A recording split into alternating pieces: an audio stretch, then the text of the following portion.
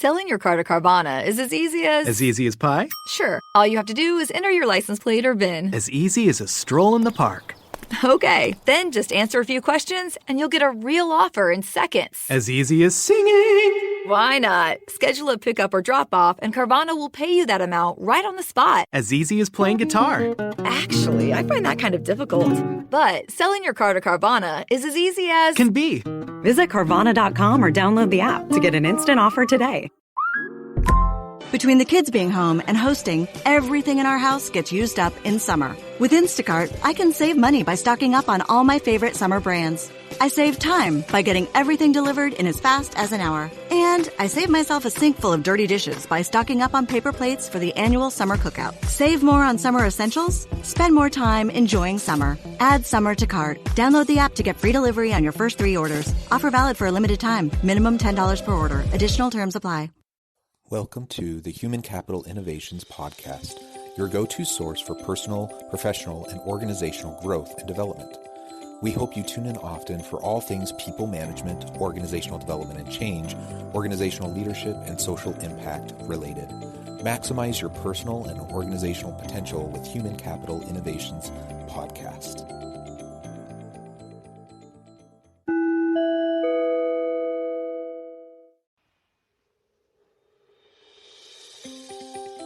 Welcome to the Human Capital Innovations Podcast. In this HCI podcast episode, I talk with Eric Pfeiffer about establishing a leadership culture to engage Millennial and Gen Z workers.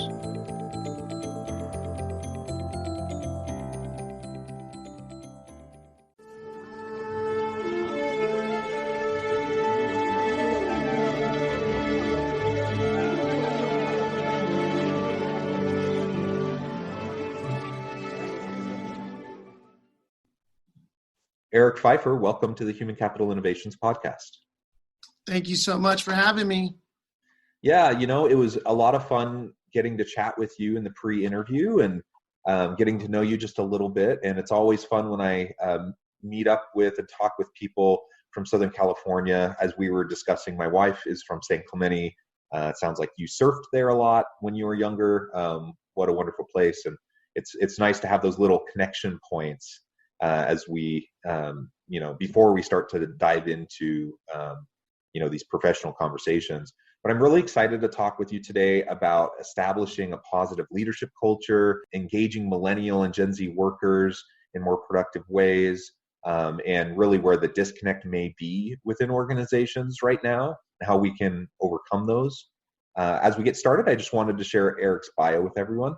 Eric Pfeiffer is a leadership coach who works with leaders and teams to increase personal and organizational health to maximize performance and productivity.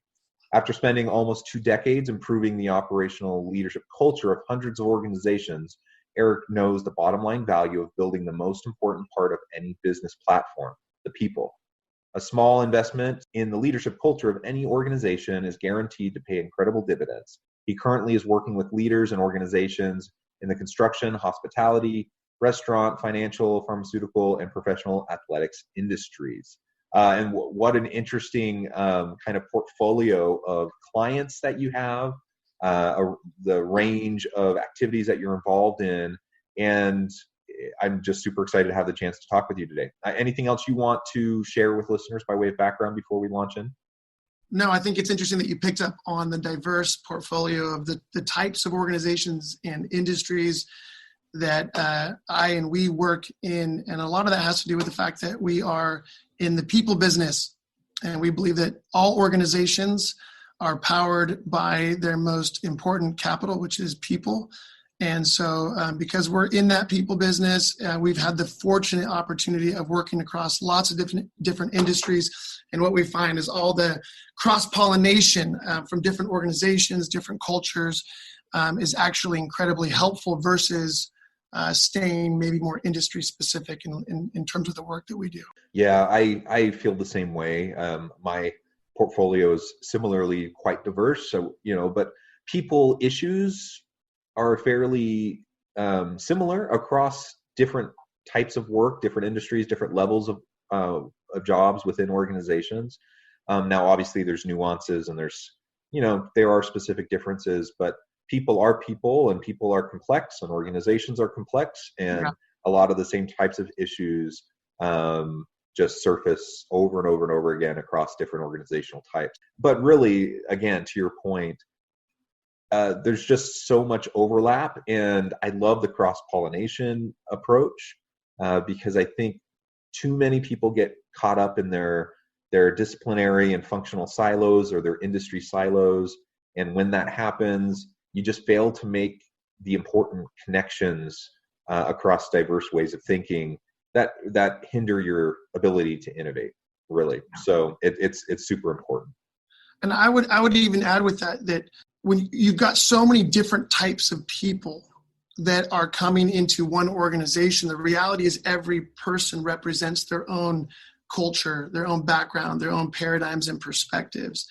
And so to go into any one organization, regardless of the industry, and expect that everybody kind of is coming with the same set of assumptions or preconceived ideas is what gets people in trouble. We just kind of assume, hey, everybody else is like me, and so everybody's going to want to play the same way I play. So we found that working in a lot of different contexts has actually helped us to identify and clarify what are those characteristics or common traits or issues that are just prevalent across any organization, because you're dealing, like you said, with people, and there's a degree to which people are people, and we all share some similarities, and yet there's this robust and rich diversity amongst all people based on all of the different influences and investments they've had. But being able to recognize that it doesn't matter if you're in the construction industry or in the law industry or you're in the athletic industry. You've got so many different people coming into the same space and trying to help them all function and work together harmoniously. That's the challenge that I think people have been dealing with since people existed. So. Yeah, absolutely. And, we're not a monolith. So even when you get people that share values and ideologies, they are from similar socioeconomic backgrounds, similar cultures. Even within those situations, everyone still has their unique set of motivators and kind of their own priorities and where they're at in their own life stage. All that factors in. So you're absolutely right. We always need to we default to talking in generalities a lot because that's easier, but we always have to remember that it's really important that we look at each individual person, and that's. From a leadership standpoint, that's one of the main roles of an effective leader is just know your people. Don't take anything for granted. Don't assume they're like you. Don't try to make them like you. But you tap into their unique strengths and help them fulfill their potential. That's so good. I couldn't agree more. Well, so as we get started, there are many challenges, obviously, within organizations today. But what do you see as some of the biggest problems with leadership cultures in the organizations that you've worked with, and how have you helped them to work towards resolving them?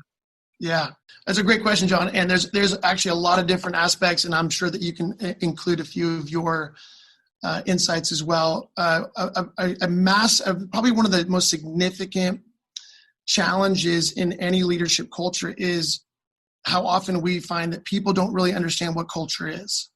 Culture is kind of one of these words. It's kind of an enigma. Like we use the word, we talk about it like we all know what we're talking about. But more often than not, when you ask somebody, hey, how do you assess, define, articulate your culture? And you're going to get as many different answers as you ask people that question.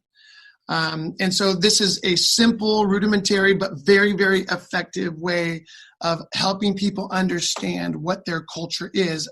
If you remember an old song, I can't remember the artist, but this is how we do it. Like we know that line, right? And that is, in the simplest way I can say, a very helpful way of understanding what is culture. Culture is really the kind of the default, most predictable default patterns of behavior that you find within any context, even an organization. And so once you're able to begin to identify what culture is, you can tackle it. If you don't know how to identify culture, You can rewrite your vision statement, your value statements. You can bring in a bunch of people to talk to us about symbiotic work environments and how do we do this and that. But at the end of the day, you don't know what you're tackling, because more often than not, when people are talking about culture, they're really addressing the symptoms, not the systemic issues. And so if we don't know how to identify the symptomatic or symptom issues, and then to draw the connection down, I think of like a tree and its roots. We're upstairs cutting off branches and trying to change the tree above the ground, but culture is very much rooted in the kind of ideologies, attitudes, but what I would say more importantly, the predictable behaviors that people engage in within any particular context. So just number one, we've found people just don't know how to identify what culture is. And so it becomes an enigma and it becomes ambiguous. And so we take a bunch of swings at it, but we're not changing much. Another massive deal is this issue, when we talk about shared language, is you have all these different people coming into a work environment, no matter how much they share similar passions or interests, like we talked about before. We don't realize that you don't need to go to another country to enter into conversations with people who have a different language than us. I mean, I've been married almost 20 years, and I can tell you, Men Are From Mars and Women Are From Venus is one of the best books I ever read, because it helped me understand that even though we both speak English, because we're different human beings, we actually are speaking with a different language. We mean different things by the words or phrases that we're leveraging. And so understand that in any business context, that when people are trying to process something, whether it's resolving conflict, making important decisions, assessing or analyzing data or information, we don't realize how often we're actually using different languages. And so so if you take those two as significant issues that we see in leadership culture, and we define leadership culture as, how is it that people work together to accomplish any common goal, right? That's really the task of leadership. Then the solves are, one is training leaders how to effectively assess, diagnose their current culture, for better and for worse. And so that we spend a lot of time doing that with leaders, because once you see the culture, you kind of, I talk about it like The Matrix. If you remember that old movie with Keanu Reeves, The Matrix, once you see the Matrix, everything becomes clear. But when all you're dealing with is what you see at face value, and you see the symptoms and not the systemic issues, it's almost impossible to make changes. And then it just becomes easier to try and cope with whatever's happening and just move forward. So, I was going to say that the coping element is so true, and you end up playing like cultural symptom whack-a-mole, right? Just going after every little thing that pops up, and you're never hitting any of the root causes or the systemic issues that are at play. And people get so fatigued by the constant trend, going after the latest culture trends and whatever the organization, whatever the leadership says, okay, it looks like we have this problem, so now we're going to go try to tackle that. And then lo and behold, it doesn't actually do anything. And then they go after another thing and another thing. And people get fatigued through the constant change, not change for positive results, but just like you're spinning your wheels for nothing, and you're changing things that don't actually improve anything. And so I like the Matrix reference, because it requires people to be willing to challenge their preconceived notions, their current understanding, to recognize that maybe they don't have it right, and that they're humble enough to admit that maybe they got something wrong, they don't understand what's happening, and only then are they able to take a step back and see the forest from the trees and actually start to see the systemic issues. Otherwise, they're invisible, and you just keep on playing whack-a-mole over and over.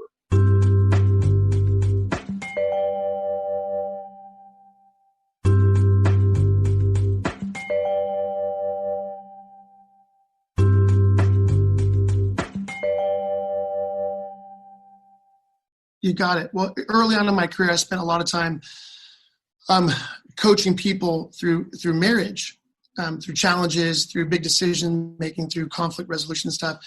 And that's the context where I first began, and even in the context of my own marriage, but began to realize that two people who love each other, who've committed their life to each other, who are trying to succeed together, at the end of the day, like you said, I mean, they're playing this kind of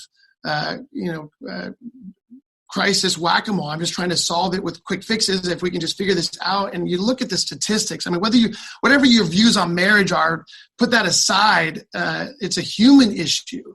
Is that when two human beings commit themselves to a kind of partnership, whether it's a marriage or business, and we discover that we don't have the basic skills for partnering effectively together because we're both coming with very different backgrounds and paradigms and perspectives. Learning how to identify the systemic issues. If we don't learn how to do that, then we're never going to have a hope for a different way forward. And you can kind of patch it up and band-aid the problems, but at the end of the day, we end up with these significant relational hemorrhages and breakages and dysfunctions. And I tell people, I mean, if the statistics on marriage are becoming increasingly more blight and hopeless, it's the same exact issues that are at the very center of what makes it so difficult within the business context to partner with other human beings. If we learn how to assess those, and we recognize that the way forward is not actually, here's the second part, is the way forward I've discovered is not that we go in and make everybody's paradigms and values conform to ours. And we how do we fix all this stuff? It's like in marriage, I tell people, you can go in and spend the rest of your life talking about what did or didn't happen when you were 3 years old and 10 years old, and that stuff matters. But more importantly, we need a different way forward. We need to be able to recognize, hey, you know what we're doing isn't working. And what we need is, this brings me to the second point, we need a shared language. We need shared practices that we can agree toward the pursuit of shared outcomes. And once those are clarified, I find that a lot of the systemic issues that, you can spend, a lot of money, on counseling or different processes. But at the end of the day, I think the glue that holds people together is actually making a choice. We are going to choose shared outcomes. We are going to choose shared practices in a shared language that is going to help us move from point A to point B. Let's focus on where we're going, not with why everything in the past hasn't worked. That's an important part of the process, but I tell people it's why I'm a coach and not a counselor, because counselors will spend all day with you dealing with your past. That's fantastic. They're looking out the rear view window. As a coach, I want to help us focus on a way forward that we can all agree on. And once we start getting the shared outcomes, it brings new life into the relationships and the partnerships. It gives people encouragement. And at the end of the day, that's what people are looking for. We want win-win situations.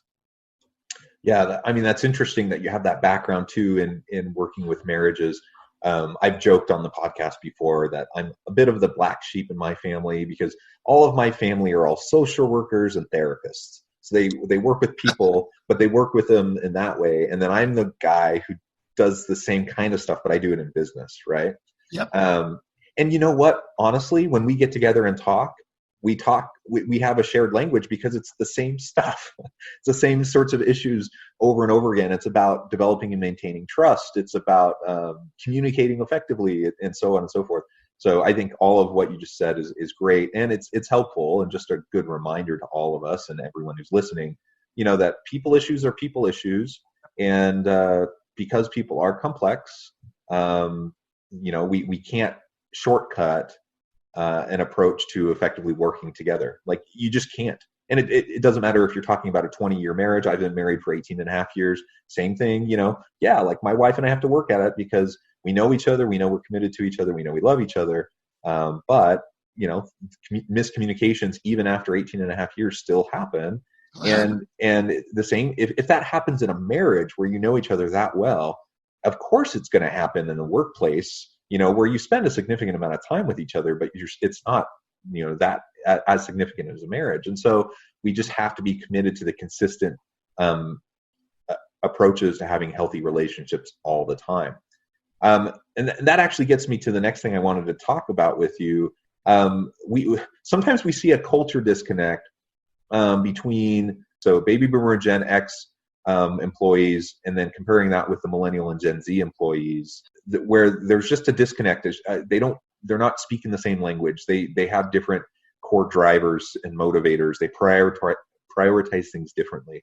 So what are some of the issues you've seen in relation to the different age cohorts? Again, speaking in huge generalities here, but what are some of the things you've seen and ways that organizations can move forward effectively to engage and motivate millennial and Gen Z workers? Yeah, it's a great question. I mean, again, there's so much we could say on this subject, and much of which I'm not even qualified to speak into. I'm more of an armchair sociologist when it comes to the different generational, just the differences. I would say two things, and I think these are principles that I'm relying on that really apply to so many of these dynamics, whether it's generational issues, whether it's cultural differences, age differences, because age is in some ways different sometimes to the generational issues. We assume if you're this age, then you're that generation. Well, you actually find that there are anomalies. There are people that you would say, oh, you're Gen X because you fit in this age group, but actually they connect more, they affiliate more with the ideologies of Gen Y, and there's all kinds of reasons behind that. But I would say this, number one, recognizing, I think, again, learning to assess our own personal culture, as well as our corporate culture is really important. Understanding the ideologies, the preferences, the values that we hold, and then being able to do the hard work of learning to assess another culture. So if you've got, the boomers and Gen Xers who are primarily in the driver's seat of most organizations, established, developed organizations these days, and they're trying to figure out what to do with the millennial Gen Z. Well, what happens is because of the behaviors and the way that millennials and Gen Zers speak about different things, the assumption is there's something wrong with them. Well, the reality is the boomers, the builders felt the same way about the boomers. The boomers felt the same way about the Gen Xers, So it's just this trickle-down effect of every generation is going to think the way we think is accurate, it's appropriate, it's the way we should do life, leadership, business, and any other issue. And so recognizing, number one, I have my own set of values and preferences. Number two, I want to learn what yours are. Number three, I'm not going to assume that mine are right and yours are wrong, because I actually believe that the boomers and Gen Xers have just as much to learn from the cultural values and preferences and perspectives of millennials and Gen Zers, and vice versa. And vice versa. So this might be a little bit of an aside, but just go with me for just one moment. In terms of our culture, and you can attribute this to all kinds of issues, I will just point back to the Industrial Revolution. Set in motion a chain of reactions that has shaped and affected our culture such that before the Industrial Revolution, it's primarily family business. Generations were required to learn how to work together, to be able to operate together effectively, to build businesses. And you knew you were handing the family business on to the next generation. There was a pride, a sense of purpose in it. And therefore they figured out how to work together. And with the Industrial Revolution, now you've got, people going to work all day, not with their families, but a bunch of strangers trying to be like family together all day. What you've got this dynamic of people are no longer feeling obligated to work with different generations. They're no longer feeling obligated to figure each other out. There isn't this sense of, hey, the future of this organization depends on you, because if you don't work, I'll find somebody else to make it work. And so, and again, I'm not saying that every business should be a family business, but only to say that I think in large swaths of corporate America, for lack of a better phrase, we've lost this sense from the older generations of their responsibility to raise up, to train, to develop the younger generations to take over. And for the younger generations, they're coming in and sometimes overreacting to what they're experiencing and deciding, you know what? screw you, mom and dad, screw you, grandpa and grandma, I'm going to go do my own thing. Now, remember, those weren't options 200 years ago for the most part. Today, they are an option. And so rather than saying, well, it's all going to hell in a handbasket, we're about the business of helping those older generation of leaders begin to take on a greater sense of responsibility of their part in raising up a new generation, developing a new generation, empowering a new generation. And the younger generation, helping them to understand that you need these older generations. You need mentors. You need these kind of business father, mother figures that are going to help you find your way into your future. Yeah, I love that. I love the historical perspective as well. Eric, the time has flown by. We're getting closer to the end of our time together. I really appreciate all of your insights. Before we part today, though, I wanted to make sure I gave you a chance to share with listeners how they can get connected with you, find out more about what you're doing, and anything else you'd like to share by way of closing comments. I appreciate that, John. Thanks for having me on today. Easy ways to get a hold of me is on LinkedIn, obviously, just Eric Pfeiffer, and my last name is spelled like Michelle Pfeiffer, so that should be easy to look up in Google. Our website is Empower, MPWR, so the word empower without the vowels. That was my millennial business partner's idea. So that's a lot of fun that I get to work in every day now with a different generation. But empowercoaching.com. They can find out more stuff there. We do have a book that is well on its way to coming into reality. Should be out right at the turn of the new year. And the working title is Leadership Gravitas, which is really taking people through a practical process of increasing your leadership capacity so that you become a leader that other people want to follow. Wonderful. Thank you, Eric. And perhaps I could have you back on when the book launches. Absolutely. We could talk more about that. That would be awesome. But thank you so much for joining me today. Again, I hope listeners will reach out, get connected with Eric, find out more about what he and his organization could do for you. And as always, I hope you all stay healthy and safe, that you find meaning and purpose at work each and every day. And I hope you all have a great week.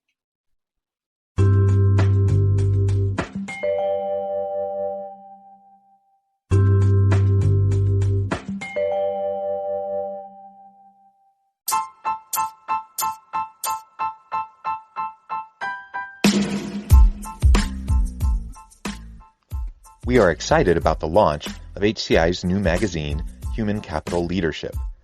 Human Capital Leadership is a free, interactive e-magazine designed to help individuals, leaders, and organizations find innovative approaches to maximize their human capital potential. We will be publishing issues quarterly in August, November, February, and May. Check out the first issue and let us know what you think.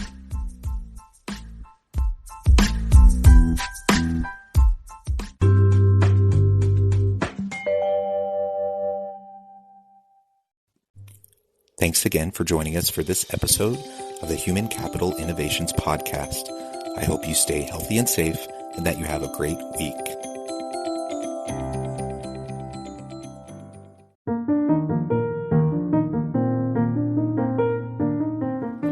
Check out our new weekly LinkedIn newsletter, Alchemizing Human Capital, exploring industry trends via original research and interviews with executives and thought leaders from across the globe. We look forward to having you join us.